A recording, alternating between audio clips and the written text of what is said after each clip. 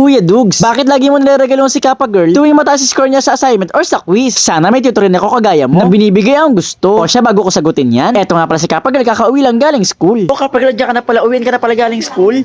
Oo, Tito Dugs, nagpapakita ko sa'yo. Halos ganito nga pala si Kappa Girl araw-araw. Tuwing uuwi si Kappa Girl galing school ay lagi siyang merong good news sa akin. Binaba na nga niya yung bag niya sa upuan at meron siyang notebook na hinahanap. Sigurado ako meron siyang quiz o assignment na perfect na gustong ipakita sa akin. At eto nga, nakita ko na yung score niya. Sobrang taas at perfect pa. Wow, Kappa Girl, perfect ka? 6/6.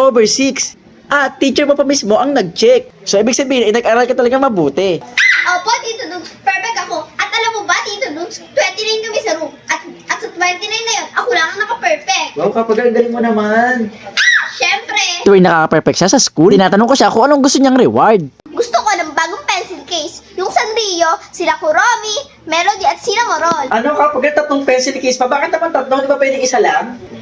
Siyempre, Tito Dugs, kasi isa sa akin, isa kay Mama, at isa naman sa principal. Kaya pala tatlo kasi lagi rin iniisip ni Kappa Girl yung teacher at yung principal. Siyempre, dahil mabit akong tito at honor naman si Kappa Girl, at para naman sa pag-aaral niya to, kaya ito, bumili ako ng tatlong Sanrio characters na pencil case. Pinili ko talaga yung mga magaganda. Kasi nga, ibibigay doon niya sa teacher tsaka sa principal. Nakakaya naman kung hindi pipili na maganda, di ba? Oo, Kappa Girl, ito ni-reward mo na Sanrio pencil case dahil perfect ka sa assignment mo. Thank you, Tito Dugs. Akin na yan, kamukha mo talaga si Daniel Padilla.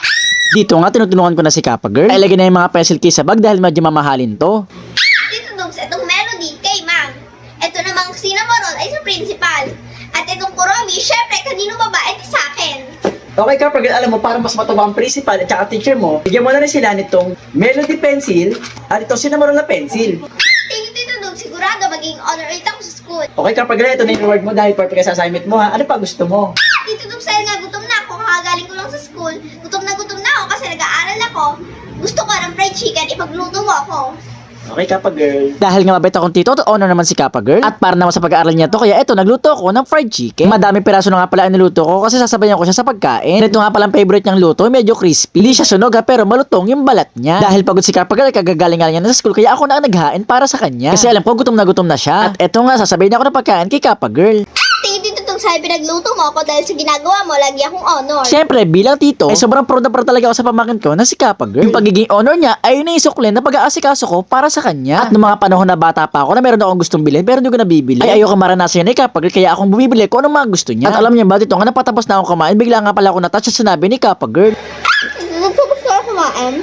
Oo, Kappa Girl, tapos na ako, bakit? Yung kaya mo na kinain mo, ako na maghuhugas. O talaga, Kappa Girl, ikaw maghugas, sa bait mo naman. Sabi sa hangin niya kasi yung house.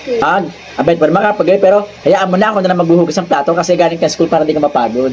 Thank you, Tito Dugs. Diba, sobrang bait ng pamangkin ko kaya 100 siya sa GMRC. Gusto niya tumulong sa gawain bahay kaya gusto niya maghugas ng plato. Pero syempre, sabi ko nga dahil pagod siya, ako na bahala maghugas ng plato at magpahinga na lang siya. Tito Dugs, pagod na ako. Pwede ko namang buksan yung aircon kasi bukas nalaban pa ako sa quiz bee. Kaya dapat matulog ako ng maaga. Dito nga, pagpasok ko ng kwarto, itunuro agad ni Kappa Girl yung aircon. Gusto niya kasi malamig para mahimbing ang tulog. Okay, Tito Dugs, matutulog na ako. Akin na yung kumot. Kahit nga pa hindi pa masyado madilim, natutulog na siya ng maaga kasi gusto niya siya ang unang papasok sa room. O diba, sa akin talaga nagmana si Kappa Girl ng kasipagan.